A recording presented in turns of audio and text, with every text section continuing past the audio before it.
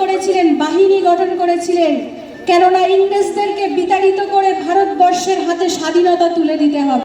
সাহেবকে জিতিয়ে দিন, এই গ্রামের প্রত্যেকটা লক্ষ্মীর ভান্ডার মায়েদেরকে পাশে থাকার সুযোগ করে দিন। আগামী 29 এপ্রিল আসছে দিন, জোড়া ফুলে ভোট দিন, আব্দুল মাতিন সাহেবকে জিতিয়ে। অভিষেক ব্যানার্জি জিন্দাবাদ। অসংখ্য ধন্যবাদ আমাদের বারাসাত 2 নম্বর ব্লকের সহসভাপতি তৃণমূল কংগ্রেসের হালিমা বিবি মহাশয়কে।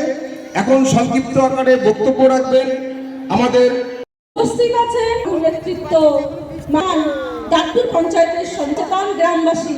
আপনাদের উপস্থিতি টের পাইয়ে দিচ্ছে আমরা 2026-এর নির্বাচন শুধু শুনে আমরা সবুজ আবি নাম বললে খুশি হতাম, কারণ নাম না বললে একটু মনে সত্যি সত্যি কষ্টই হয়। যাই হোক, আমি আপনাদের কাছে শুধু দুটো কথা বলবো।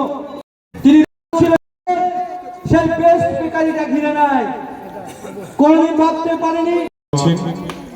বারাসাত 2 ব্লক তৃণমূল কংগ্রেসের সম্মানীয় সভাপতি তথা দাঁতপুর গ্রাম পঞ্চায়েতের প্রধান মাননীয় মনিরুল ইসলাম মনি মহাশয়,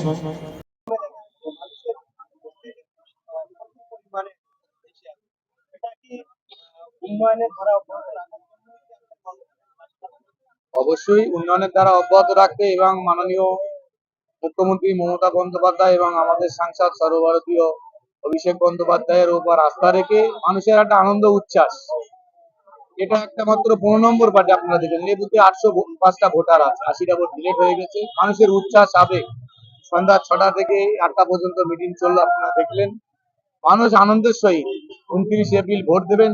14 মে ফলাফল যে প্রকাশ হবে, রেজাল্ট আপনারা দেখে নেবেন।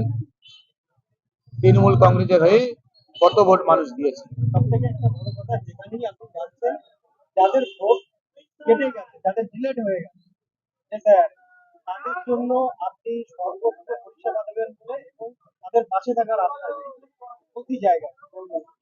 এটা আমাদের দলের নির্দেশ। মাননীয় মুখ্যমন্ত্রী মমতা বন্দ্যোপাধ্যায় এবং আমাদের নেতা সাংসদ অভিষেক বন্দ্যোপাধ্যায় বলেছেন, দল সর্বদাই যাদের ভোট ডিলিট হয়ে তাদের পাশে আছে, আমরাও আছি। প্রকৃত যারা ভোটার একটি ভোটও যাতে বাদ না যায়, সেই জন্য আমরা তাদের পাশে থাকি।